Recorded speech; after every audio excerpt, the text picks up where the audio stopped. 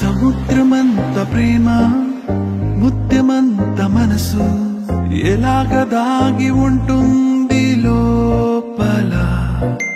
ఆకాశమంత ప్రణయం చుక్కలాంటి హృదయం ఇలాగ బయట పడుతోంది